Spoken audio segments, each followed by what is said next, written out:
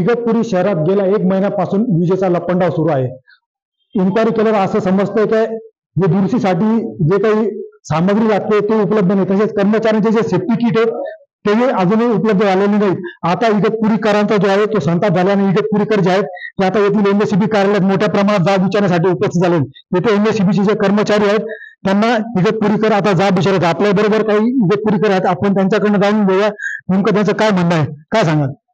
बस आमचं म्हणणं फक्त एवढंच आहे की आम्हाला लाईट ही वारंवार लाईट जाते, थोडंसं हवा आला थोडंसं पाणी आलं का लाईट लगेच जाते. अरे काय लावलंय 4 महिने तुम्ही जर आम्हाला असंच सतवट ठेवता, वरतून जेव्हा बिल द्यायची वेळ आली थोडंसं बिल 1-2 दिवस जर बिल लेट झालं का तुम्ही लगेच एवढी तत्परता दाखवता. एवढी तत्परता तुम्ही जेव्हा आमची लाईट जाते तेव्हा का नाही दाखवत? आमचा हाच एक प्रशासनाला प्रश्न आहे. काय सांगा बोलून काय समस्या आहे? समस्या हीच आहे का एमएससीबी मधले जे कामगार आहे ज्यांच्याकडे किट नाही, त्यांना रात्रीचा कधी फोन केला तर फोनही उचलत नाही. आणि यांनी मेंटेनन्स पहिले का नाही केला अगोदर? पाऊस काही इगतपुरी मध्ये पहिल्यांदा नाही, इगतपुरी हा चेहरापुंजी असून यांनी मेंटेनन्स पहिला करायला पाहिजे होता. आज प्रत्येक नागरिक त्रस आहे, काम धंदे सर्व बंद आहे इगतपुरी मध्ये. इगतपुरीमध्ये सगळ्यात जास्त मध्यम वर्ग आहे. मध्यम वर्ग असताना यांची वारंवार लाईट नाही, आवाक्याच्या बाहेर लाईट बिल आहे.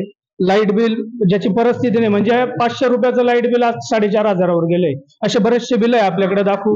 वेळेवर लाईट नाही, मग इतके बिल येतात कुठून? त्याच्यानंतर यांचा मेंटेनन्स वेळेवर नाही.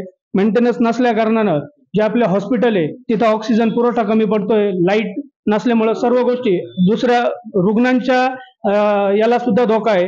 यांनी वीज वितरणवाल्यांनी याचं उत्तर द्यावं की हा प्रॉब्लेम हा का होतो एवढा प्रमाणात.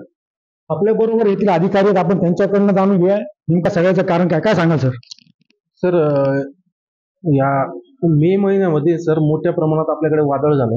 वादळ झाल्यामुळे आपल्या तालुक्यामध्ये जवळपास 300 ते 400 पोल पण पडली, लाईन पडली होती. आणि ते उभं करण्यामध्ये आपला जो उन्हाळ्याचा टाइम होता म्हणजे मेंटेनन्स होता, तर त्यामुळे ते आपली जी लाईन पडली होती ते उभं करण्यामध्ये जास्तीत जास्त वेळ गेला. आणि त्याच्यामुळे काही प्रमाणात आपल्याला मेंटेनन्स पूर्णपणे करता आला नाही, पण आपण ते प्रायोरिटीमध्ये घेतलं आहे. आपण आता आपल्याकडे आपण केबल पण नवीन आणलेली आहे. आता जे आपल्या गावामध्ये जे काही घराजवळून तार गेलेले आहेत ते जुना तार आहेत ते बदलण्यासाठी मी स्पेशल आपण आपले माननीय कार्यकारी अभियंता यांनी आपल्याला काही कंडक्टर दिले, वायर दिले, केबलचे ड्रम दिलेले सर. विषय काय येतोय की आता थोडं पाऊस कंटिन्यू चालू असल्यामुळे लाईनीचे एवढे प्रॉब्लेम आहेत की ते मला ते बदलण्यासाठी शटडाऊन लागणार आहेत. म्हणजे आता काल काय झालं की माझं पॉवर ट्रान्सफॉर्मरला लिकेज आलं होतं सर. नाही, मेन मुद्दा असा आहे जेव्हा काही फॉल्ट होतो ते दुरुस्तीसाठी तुमच्याकडे मटेरियल नाही असं समजतंय. नाही मटेरियल असं तिथे कमी प्रमाणात मटेरियल असतं सर, मटेरियल नसतं असा विषय नाही. पण हे आपल्याकडे कसं आहे की इगतपुरी हा हाय पर्जन्यमानचा एरिया आहे. आजच्या 20 वर्षा पहिले जेवढा पाऊस होता, 10 वर्षा पहिले जेवढा पाऊस होता त्या प्रमाणात आता पाऊस नाही. ही गोष्ट तुम्ही सांगू ना. दुसरी गोष्ट तुमचे कर्मचारी रात्री बेरात्री काम करतात, त्यांच्या सुरक्षेचा प्रश्न एअरमीवर आहे. त्यांच्याकडे सेफ्टी किट नाही, ग्लोव्ह नाही, कधी पकड नसते. तुम्ही या संदर्भात वरिष्ठांकडे तक्रार केली त्यांना कळवलं नाही? आपण मटेरियल वगैरे आपल्याला ग्लोव्ह किंवा ना सेफ्टी मटेरियल आपण दिलेलं आहे सगळ्यांकडे, स्टाफकडे. तसं काही प्रॉब्लेम नाही सर. आपण हो, मग त्याच्या संबंधी ना सर आपण इस्टिमेट अंदाजपत्रक आपण वरिष्ठ कार्यालयात पाठवलेली असं आहे. जेव्हा शासकीय फंड उपलब्ध होईल त्याप्रमाणे आपण नवीन कामं करू.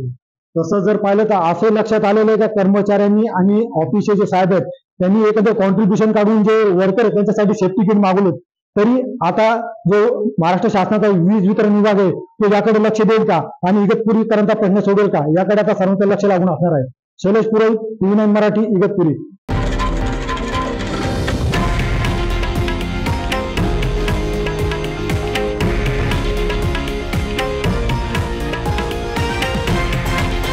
हे आहे देशातील नंबर 1 न्यूज नेटवर्क आणि आपण पाहत आहात TV9 मराठी, एकमेव.